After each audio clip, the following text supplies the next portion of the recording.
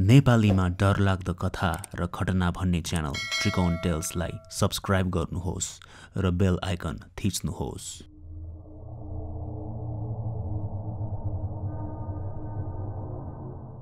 मदिरा सेवन गरिसकेपछि मान्छेमा आउने बदलावको बारेमा त सबैलाई थाहा छँदैछ, तर साथीहरू समूहमा रही मदिरा पिएर मात्तिएको बेला भूतसँग भेट भए के हुन्छ होला।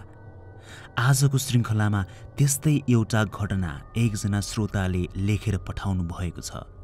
साथै बुढानील कण्ठको एउटा डाँडामा घटेको सत्य घटना पनि रहेको छ। आउनुहोस् सुरु गरौँ त्रिकोण टेल्सको 60औं श्रृङ्खलामा 5 श्रोताहरूले लेखेर पठाउनु भएको सत्य घटना। पहिलो श्रोता।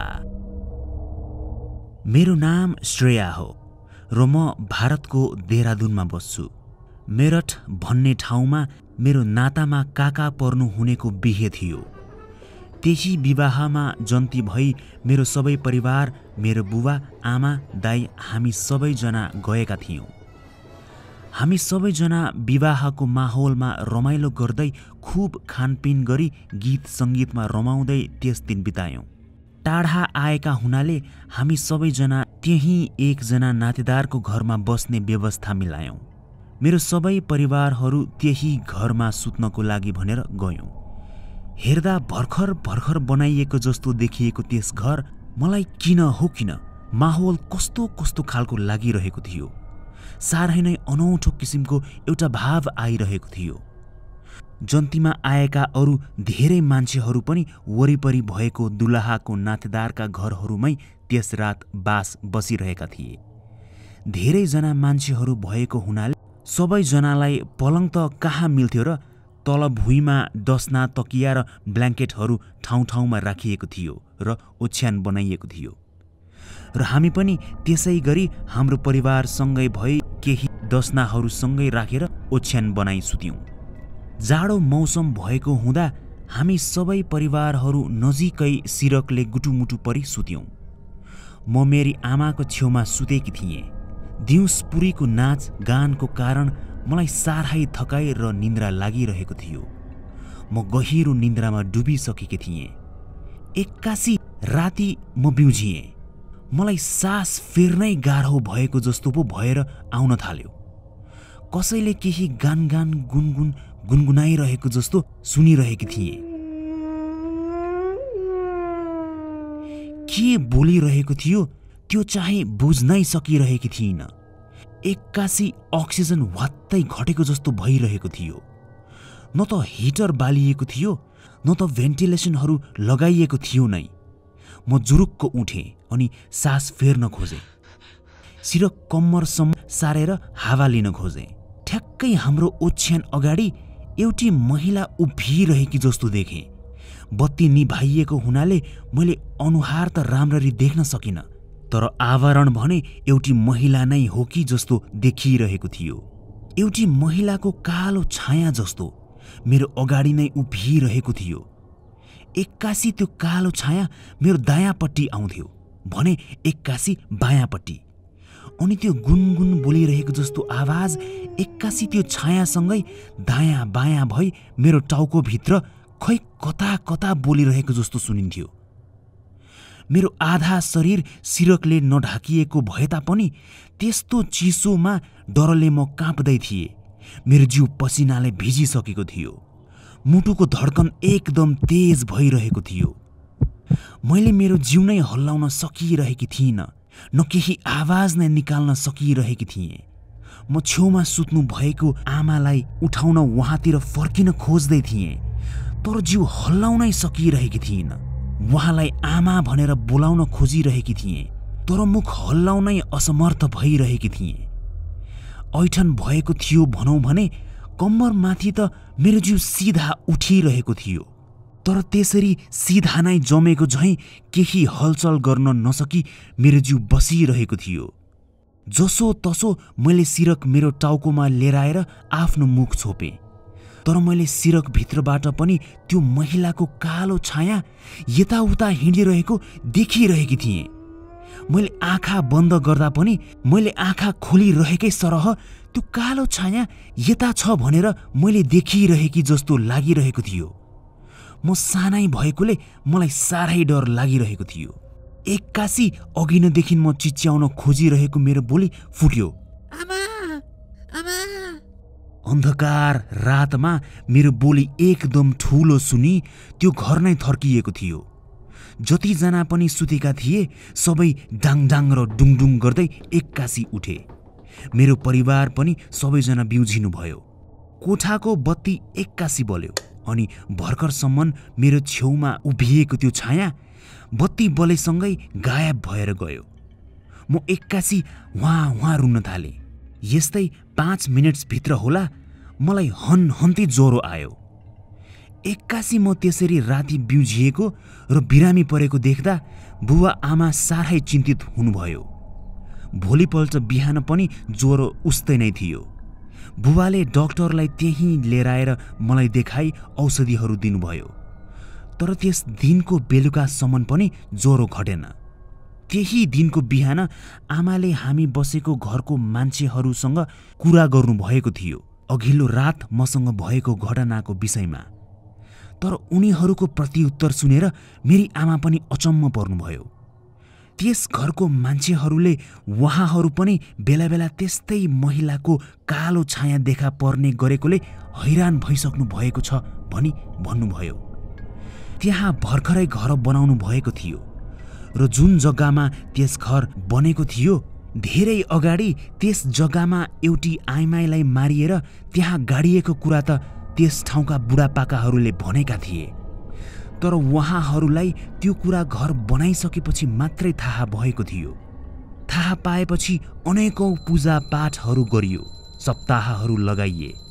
तर अलि साम्य भएको जस्तो हुने अनि फेरि जस्ताको त्यस्तै बेला बेला तर्साउने, मान्छेहरू बिरामी पर्ने जस्तो भइ नै रह्यो। आमाले यति कुरा सुन्नु भएपछि उहाँ साह्रै नै डराउनु भयो म बिरामी भएको देख्दा। अनि 3 दिन भनेर विवाहको लागि आएका हामी दोस्रो दिनको बेलुका नै हामी देहरादुन आफ्नो घरतर्फ फर्कियौं। जब म देहरादुन पुगेँ तब मात्रै मेरो ज्वरो कम हुन थाल्यो। अहिले पनि त्यस घरमा बेला बेला त्यही कालो छायाले तर्साइ नै रहन्छ। दोस्रो श्रोता, मेरो नाम विनय छेत्री हो र म सिक्किमको जोरेथाङबाट हो। यो घटना चाहिँ 2018 सालमा घटेको एउटा अचम्म र डरलाग्दो घटना हो। एक दिन यस्तै राति 12:30 बजेतिर मैले मेरो एउटी अत्यन्तै मिल्ने केटी साथीलाई व्हाट्सएपमा भिडियो कल गरेको थिएँ। उनी ग्याङकोटमा बस्थिन् र उनको परीक्षा चलिरहेको थियो। नजिकैको कलेजमा पढ्थिन् र भर्खरै एउटा नयाँ कोठामा सरेकी पनि थिइन्। के कस्तो छ भनेर कुराकानी भइरहँदा उनले सबै ठिकठाक भएको र परीक्षाको लागि तयारी गरिरहेको कुरा भनिन्। उनी सँगसँगै उनको अर्को 2 साथीहरू पनि थिए। उनी सँगैको अर्को साथीले आफ्नो पनि परीक्षा आउँदै गरेको भनेर अभ्यास गरिरहेको केही पानाहरू देखाइन्। अर्को तेस्रो साथीलाई भने मैले कहिल्यै देखेको थिइनँ। मेरो साथीको फेसबुकमा उसको अरू साथीहरूसँग फोटो हुने भएकोले प्राय उसको सबै साथीहरूलाई चिन्थे। नयाँ साथी पो बनाइन् कि भन्ने मैले सोचेँ। भिडियो कलमा मेरो साथी र मैले अलिअलि चिनेको त्यो अर्को साथीको बीचमा उनी नयाँ साथी बसिरहेकी थिइन्। त्यो नयाँ साथी भने हेर्दा साह्रै नै राम्री थिइन्। एक टकले मलाई हेर्दै मुस्कुराई मात्रै रहेकी थिइन्। न त केही बोल्थिन्, एक टकले हेरेर हाँसी मात्रै रहन्थिन्। मैले सोचेँ म नौलो मान्छे देखेर हाँसेकी होलिन्। अब बोल्छिन् कि भनेर म छेउको साथीहरूलाई अनि उनलाई हेर्थेँ। तर बिच्चकी त्यस नयाँ साथी भने केही बोल्दिनथिन्। आँखा नै नझिम्क्याई त्यसरी मलाई हेरेर मुस्कुराइरहने, बेला बेला अलि फराकिलो मुख गरेर हाँसिरहने। यस्तो देख्दा मलाई अप्ठ्यारो र लाज लाग्न थाल्यो। अनि मैले भिडियो कल बन्द गरिदिएँ। फेरि मैले त्यति बेलै मेरो साथीहरूलाई सोध्नुपर्ने केही सोधिनँ। न त मेरा साथीहरूले त्यस नयाँ साथीलाई मलाई चिनाएनै। कति राम्री थिइन् उनी। तर कस्तो मलाई हेरेर हाँसी मात्रै रहेकी भनेर सोचिरहेको थिएँ। अनि मेरो त्यो साथीलाई च्याटमा मेसेज पठाएँ। त्यो बीचमा बस्ने नयाँ साथी को हुन् नि भनी प्रश्न गरेँ। मेसेज सिन नहुँदै फेरि त्यही साथीको भिडियो कल आयो। मैले कल उठाएँ अनि त्यही प्रश्न सोधेँ। तर यसपालि भने कोठामा मेरो त्यस साथी र मैले अलिअलि चिनेको अर्को साथी मात्रै थिए। त्यो अघि नै देखेको नयाँ अनुहारको मान्छे त थिएन नि त। ओए नतर्साना यत्तिकै, मेरो त्यस साथीले डराउँदै मलाई भनिन्। मेरो अनुहारमा सायद गम्भीर भाव झल्किरहेको थियो होला। त्यही भएर म एकछिन चुपचाप बसेको देखेपछि मेरो साथीको त्यो साथी अब जान्छु है भनेर हतार हतार कोठाबाट बाहिर गइन् र मेरी त्यस साथी भने एक्लै परिन्। मलाई पनि एक किसिमको डर लाग्न थाल्यो। मैले मेरी आमा र बहिनीलाई तुरुन्तै त्यो कुरा सुनाएँ। आमाले त्यो हाँसिरहेको कारण पक्कै पनि राम्रै आत्मा हुनुपर्छ भनी भन्नुभयो। त्यो अघिल्लो चोटि फोन गर्दा बिचमा बसी हँसिलो मुहारले मलाई हेर्दै हाँसेकी, त्यो म कहिले पनि बिर्सिन सक्दिन। तेस्रो श्रोता। मेरो नाम सुमन शर्मा हो। मैले यो भन्न गइरहेको घटना 2068 साल मङ्सिर 30 गतेको हो। त्यो दिन त म अझै पनि बिर्सिन सक्दिन। अस्ति भर्खर घटेको जसरी घटना मेरो मस्तिष्कमा ताजै छ। त्यस दिन मेरो जन्मदिन भएको हुनाले मेरा साथीहरू मेरो घर आएका थिए। त्यस वर्ष हाम्रो एसएलसी रहेकोले, यानि कि अर्को वर्ष त सबैजना छुट्टिएर को कता त को कता हुने भएकोले पनि होला, सबैजना भेटेर रमाइलो गरौँ भन्ने सोच भई प्राय साथीहरू आएका थिए। सबै साथीहरू त आएनन्, कसैलाई घरबाट दिएनन् त कोही भने त्यस्तो मन मिलेका नभएकोले। तर जति साथीहरू आएका थिए हामी धेरै नै मिल्थ्यौँ। मैले सबैजनासँगै बसी केक काटिसकी खानपिन गरी रमाइलो गर्दै बस्यौँ। खानपिन सकिवरी प्राय सबै साथीहरू आफ्नो घर फर्किए। तर केही अत्यन्तै मिल्ने साथीहरू मेरेमा बस्ने हिसाबले आएका थिए। लक्का जवान ठिटो हामी मदिरा पिउनतिर इच्छा जाग्ने त स्वाभाविक नै थियो। जन्मदिनको टिका लगाई पाएको पैसाले मदिरा किनी घर पछाडिको जङ्गल छेउको चौतारामा गई पिउने योजना हामी सबैले बनाएका थियौँ। हामी सबैजना त्यसै गरी चौतारामा बसी मदिरा पियौँ। तर मलाई भने त्यस दिन खोइ किन हो पिउन मन नलागेकोले पिइन। मेरा साथीहरू भने पिएर मात्तिन थालिसकेका थिए। म र मेरो एउटा विष्णु नाम गरेको साथी हामी नपिएकोले चङ्गा नै थियौँ। सबै साथीहरू अब हिँड्न जाउँ भनेर जिद्दी गर्न थाले। उसै त घर पछाडिको जङ्गल छेउको चौतारामा आइसकेका हामी अझ टाढा जान मलाई चाहिँ मन थिएन। तर ती मदिराले मात्तिएका साथीहरूलाई हामी दुईजनाले भनेको के लाग्थ्यो र? एकछिन हिँडौँ भनेर हिँड्न थाले। त्यो चौतारा भन्दा 5 मिनेट तल एउटा चिहान घारी छ र त्यस बाटोमा बेला बेला तर्साउँछ भनेर मलाई थाहा थियो। बेला बेला त्यहाँ तर्साएको कथा मैले साथीहरूलाई पनि भन्ने गर्थेँ। तर मदिराको सुरमा उनीहरूलाई त्यस विषयको केही वास्ता भएन। मेरो साथी विष्णुले मतिर फर्किँदै त्यो बाटो त नजाउँ, बरु फर्क्यौँ भन्यो। तर मदिराको तालमा भएका साथीहरू भने हामी त्यही बाटो जाने नि भन्न थाले। म र विष्णु हामी डराई डराई हाम्रो मदिराले टिल परिरहेका साथीहरू सँगसँगै हिँड्न थाल्यौँ। अचानक हामीले त्यो चिहान घारीतिर एउटी महिला रुँदै बसेकी देख्यौँ। त्यो देख्ने बित्तिकै मेरो र विष्णुको पाइला एक्कासी रोकियो र एक अर्कालाई त्रासले भरिएको भावले हेर्न थाल्यौँ। मैले फर्किने हो कि भनेर साथीहरूलाई सोधेँ।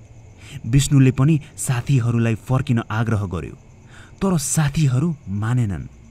म र विष्णु हामी पछाडि बस्यौँ। तर सुवेदी, गिरी र दियाली भने मात्तिएको सुरमा अगाडि त्यही महिलाको छेउमा पुगे। किन रोको भनेर तिनीहरू त महिलासँग बोल्न पो थाले। विष्णु र म के गरौँ भनेर हामी आत्तिन थालिसकेका थियौँ। हामीले त्यो तर्साएको हो भनेर बुझिसकेका थियौँ र साथीहरू त्यो महिलाको छेउमा बसेको हुनाले हामीले केही भन्न पनि सकेनौँ।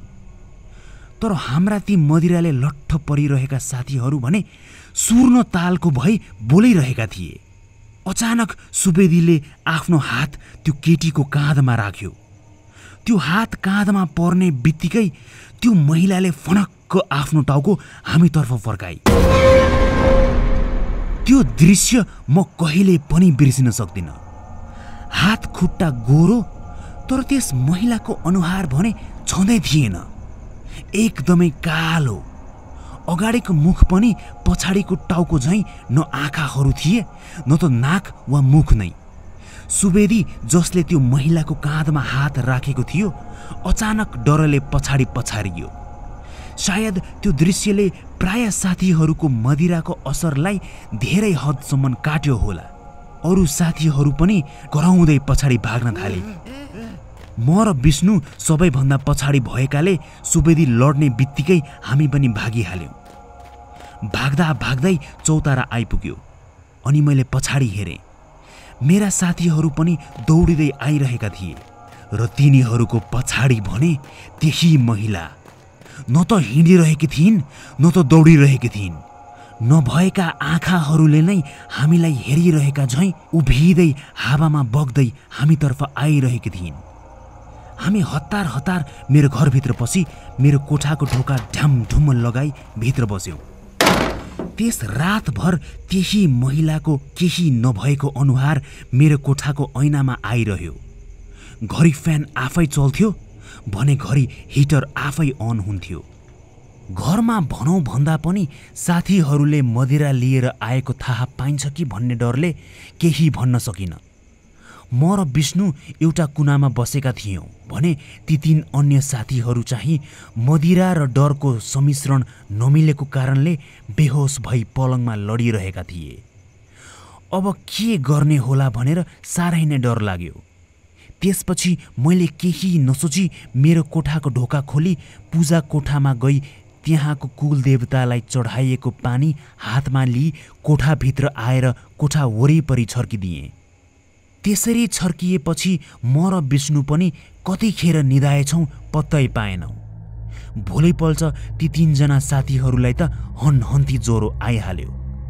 कसरी एक्कासी त्यसरी ज्वरो आयो भनेर मेरी आमाले अचम्म मान्दै सोद्धा मैले अघिल्लो रातको सबै कुराहरू साँचो साँचो भनिदिएँ। अनि आमाले तुरुन्तै हामी सबैजनालाई घर छेउको राईधामीकोमा लिएर जानुभयो। धामीले हामीलाई केही तन्त्र मन्त्र बोलेर फुक्नुभयो अनि त्यही महिला देखिएको ठाउँतिर हिँड्न भन्नुभयो। हामीले त्यही ठाउँमा धामीलाई लिएर गयौँ अनि उहाँले चामलको दानाहरू त्यहाँ छर्नुभयो र अब केही नहुने भनी घर जान लगाउनुभयो। सायद यो घटनाले मलाई र मेरा ती साथीहरूलाई अझ नजिक बनायो होला, तर हाम्रो मनमा डरको छाप पनि त्यत्तिकै गहिरो छापेर गयो। चौथो श्रोता। मेरो नाम नवीन मोक्तान हो। अहिले म 21 वर्षको पुगेँ। यो घटना म 15 वर्षको हुँदा घटेको हो। मलाई र्याप गीत लेख्ने पहिलेदेखि इच्छा हुन्थ्यो। 15 वर्षको हुँदा पनि म लेख्दै र्याप गीत बनाउने गर्थेँ। म प्राय राति राति नै लेख्दै बस्थेँ। एक रातको कुरा हो। त्यस बेला हामी एकजना नेवार दाइको घरमा फ्ल्याट भाडामा लिई बसेका थियौँ। मेरो आमा र बुबा चाहिँ त्यस रात काम विशेष बाहिर जानुभएको थियो। केही समयमै उहाँहरूको फोन आयो र भन्नुभयो कि घर भोलि मात्रै आउनुहुने अनि मलाई राम्ररी आफ्नो हेरविचार गरेर सुत्न आग्रह गर्नुभयो। मैले सानै उमेरबाट चुरोट पिउन सिकेको थिएँ, तर मेरो आमा बुवालाई भने मैले थाहा दिएको थिइनँ। त्यही भएरै लुकी लुकी पिउने गर्थेँ। त्यस रात घरमा एक्लै हुने कुरा थाहा पाएपछि मैले ढुक्क भई चुरोट पिउँदै हेडफोनमा बिट बजाउँदै र्यापको लिरिक्स लेख्दै बस्न थालेँ। त्यसरी लिरिक्स लेख्दा लेख्दै रातिको 1 साढे 1 बजिसकेको पत्तै पाइनँ। एक्कासी कसैले ढोका ढकढक्याएको जस्तो लाग्यो। तर हेडफोनमा बिट बजिरहेको कारण हो कि होइन भनेर अन्योलमा परे। आफ्नै सुरमा लेख्दै थिएँ। फेरि कसैले ढोका ढकढक्याएको आवाज आयो। यसपालि चाहिँ हो कि जस्तो लागेर मैले एउटा कानको हेडफोनलाई गालातिर सारेर कान खुल्ला पारी सुन्ने प्रयास गरेँ, तर केही आवाज आएन। अनि उठेर गई ढोका खोली बाहिर हेरेँ, तर ढोका बाहिर कोही पनि थिएन। एक्कासी मेरो कोठाभित्र ठ्याक्कै मेरो पछाडि कोही छ जस्तो खालको एउटा अचम्मको एकदम बलियो भाव जागेर आउन थाल्यो। जिउ सिरिङ्ग हुन थाल्यो। घाँटी पछाडिका रौँहरू ठाडा हुन थाले। मलाई यस्तो पहिले कहिले पनि भएको थिएन। पछाडि फर्किएर हेरेँ, तर पछाडि कोही थिएन। हत्तपत्त ढोकामा चुकुल लगाई बत्ती निभाई पलङमा गई हेडफोनमा ठुलो आवाजमा गीत बजाई म सिरकले मुख छोपी पल्टिएँ। तर मेरो कानमा कसैले मेरो नाम लिएर बोलाइरहेको जस्तो मधुरो आवाज सुने। नवीन, ए नवीन। हेडफोनमा बजिरहेको गीतले त्यो आवाजलाई पुरै दबाउन सकेन। फेरि बाहिरतिरबाट कसैले ओइ नवीन, ढोका खोल्न, नवीन ओइ भनेको जस्तो आवाज आयो। त्यति राति 1 बजेतिर त्यस्तो आवाज सुनेपछि मेरो सातो गयो।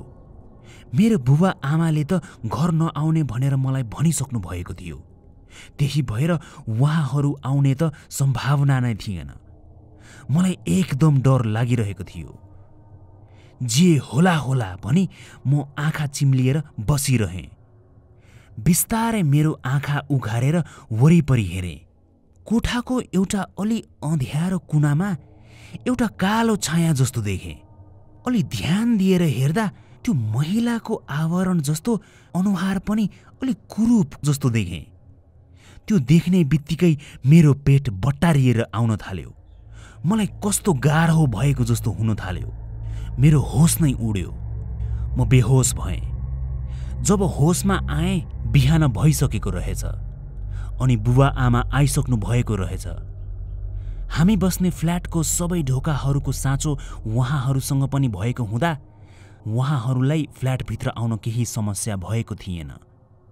मैले अघिल्लो रातमा मसँग भएको सबै घटना आमा बुबालाई सुनाएँ अनि उहाँले भन्नुभयो कि धेरै वर्ष अगाडि हाम्रो घरबेटीको ठुली छोरी नेवारहरूले गर्ने विधि जो महिलाले मात्रै गर्छन्, गुफा बस्नु, त्यो बस्दा बितेकी थिइन्। त्यो सुनेपछि मलाई साह्रै डर लागेर आयो।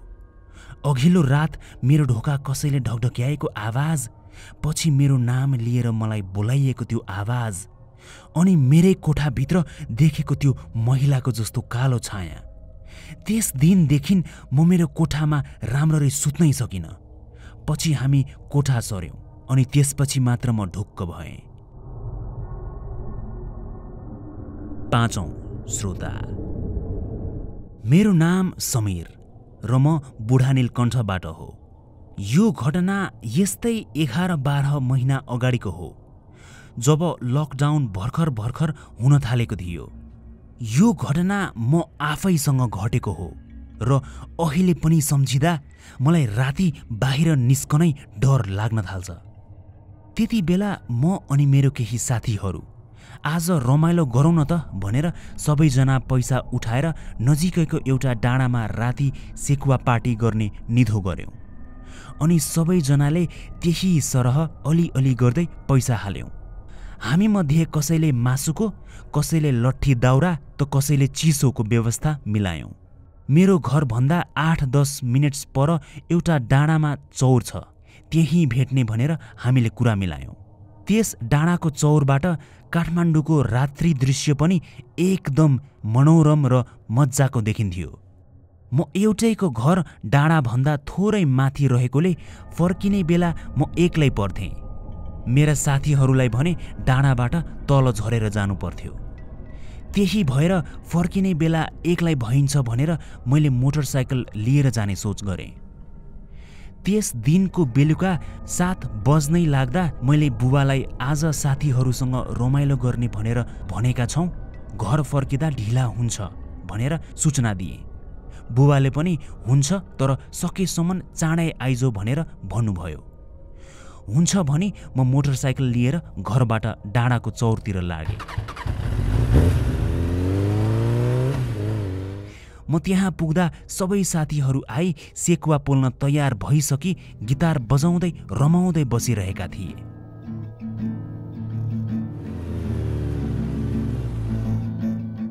ओहो केटा हो, म त ढिला पो भएछु त है, मैले भने। अनि त हामी सबैले यहाँ तयार पारिसक्यौँ, तँ चाहिँ बल्ल आउँदैछस्, मेरो एउटा साथीले भन्यो। अनि म दाउराहरू राखिएको ठाउँतिर गई दाउराहरू मिलाई आगो बाल्न सुरु गरेँ। हामी त्यस्तै 9 जना जति थियौँ। चैत वैशाखको महिना, मौसम ठिक्कको थियो, शीतल। सबैजना सेकुवा पोल्दै गरेको आगो वरिपरि बस्दै गिटार बजाउँदै गीत गाउँदै रमाइलो गर्न थाल्यौँ। म चाहिँ छेउमा रहेको प्लास्टिकको गिलास निकालेर रक्सी पिउने जति साथीहरूलाई हालिदिन थालेँ। हाम्रो समूहमा रक्सी नपिउने म अनि अर्को 2 साथीहरू थियौँ। हामीले चाहिँ चिसो लियौँ। रक्सी नपिए पनि म चुरोट भने पिउँथेँ। खल्तीमा सधैँ केही चुरोट र लाइटर हुन्थ्यो नै। अनि एउटा चुरोट सल्काई पिउन थालेँ। रक्सी लिएका साथीहरूले घ्याम्पे हान्ने भन्दै सबै कराउँदै घ्याम्पे भन्दै गिलास एक घुड्कोमै रित्याइदिए। यस्तै यस्तै गरी रमाइलो गर्दै हामी सबैजना बसिरहेका थियौँ। औँसीको रात भएको हुँदा रात सँगसँगै अन्धकार पनि बढ्दै थियो। तर काठमाडौँ सहरको झिलिमिली देख्दा साथीहरूसँगै बसी सेकुवा खाँदै गरेको त्यो बेला साह्रै रमाइलो लागिरहेको थियो। रातिको यस्तै 12:30 बजिरहेको थियो। मेरो फोन बज्न थाल्यो। मैले फोन हेर्दा एउटा नचिन्ने नम्बरबाट आएको थियो। मेरो बुबाले भर्खर एउटा अर्को नम्बर लिनुभएको थियो जुन मैले सेभ गरेको थिइनँ। उहाँको पो हो कि भनेर मैले फोन उठाएँ। नभन्दै हो रहेछ। घर आउन आग्रह गर्नुभयो। मैले म 10 मिनेट्सपछि हिँडिहाल्ने भनेर फोन राखिदिएँ। अन्य साथीहरूको पनि घर परिवारबाट फोन आएको थियो।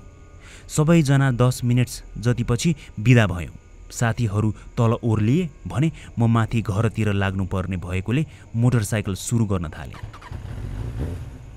साथीहरूलाई तलसम्म गएको हेरी टाढैबाट हात हल्लाएर टाटा बाई बाई गर्दै म पनि अघि बढेँ। एकैछिन उकालो उक्लिँदै मेरो मोटरसाइकल आफै बन्द पो भयो। केही दिन अगाडि सर्भिसिङ गराएर लिएर आएको मोटरसाइकल, केही समस्या त थिएन। मलाई अचम्म लाग्यो। ट्याङ्की खोलेर हेरेँ, पेट्रोल पनि थियो। स्टार्ट गर्न खोजेँ तर बाइक स्टार्ट नै भएन। बाइकलाई स्ट्यान्ड लगाई मोबाइलको टर्च लाइट खोलेर यताउति हेरेँ तर मैले बुझे जति सबै ठिकै थियो, केही भएको थिएन। फेरि स्टार्ट गर्न खोजेँ तर बाइक स्टार्ट हुँदै भएन। मेरो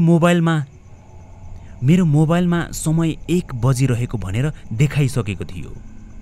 न्युट्रलमा राखेर गियरमा झारी स्टार्ट गर्ने प्रयास 10-15 चोटि गरेपछि बल्ल बल्ल स्टार्ट भयो। स्ट्यान्ड झारेर धन्न सुरु भयो भनेर गियरमा हाली अघि बढाउन खोजेँ तर अगाडि भने जानै मानेन। जति एक्सिलेटर बटारे पनि आवाज मात्रै आउँथ्यो तर मोटरसाइकल भने अघि बढ्दैन थियो। यस्तो राम्रो कन्डिसनमा भएको बाइकले त्यस्तो दुःख दिएको देख्दा मलाई अचम्म लागिरहेको थियो। कतै चेन पो फुस्कियो कि भनेर ओर्लिएर फेरि सबै हेरेँ तर सबै ठिकै थियो। मोबाइल हातमा बोकी टर्च लाइट बालेर म तल टुक्रुक्क बसेर चेनतिर हेरिरहेको थिएँ। रातको त्यस्तो अन्धकारमा तलबाट केही सेतो वस्तु माथि आउँदै गरेको हो कि जस्तो देखियो। कोही मान्छे जस्तो लाग्यो। सेतो लुगा लगाएकोले अलि देखिरहेको मतिर नै आउँदै थियो। यति राति त्यसरी कोही हिँडेको देख्दा मलाई अचम्म लाग्यो। एक त मोटरसाइकलको त्यो अनौठो समस्या, त्यसमाथि त्यस्तो मध्यरातमा आफूसँग न बत्ती न अन्य केही सामान, यत्तिकै खाली हात आउँदै गरेको मान्छेलाई देखेर मलाई अचम्म लागिरहेको थियो। जति त्यो मान्छे मेरो नजिक आउँथ्यो उति मलाई त्यो मान्छे असामान्य लाग्थ्यो। त्यो मान्छे यस्तै मभन्दा 10-15 पाइलाको दूरीमा आइपुगेपछि मैले विचार गरेँ कि उकालो उक्लिँदा जसरी हामीले घुँडा माथि माथि लिएर आएर भुइँमा कुल्चिन्छौँ, त्यो मान्छेले त्यस्तो केही गरेकै थिएन। मानौ कि जमिन उसको लागि आफै बग्दै माथि माथि आउँदै थियो। तल घोप्टो परेर हेरिरहेको जस्तो देखिएको त्यो मान्छे उभि मात्रै रहेको जस्तो देखिन्थ्यो, तर बिस्तारै मतिर आउँदै थियो।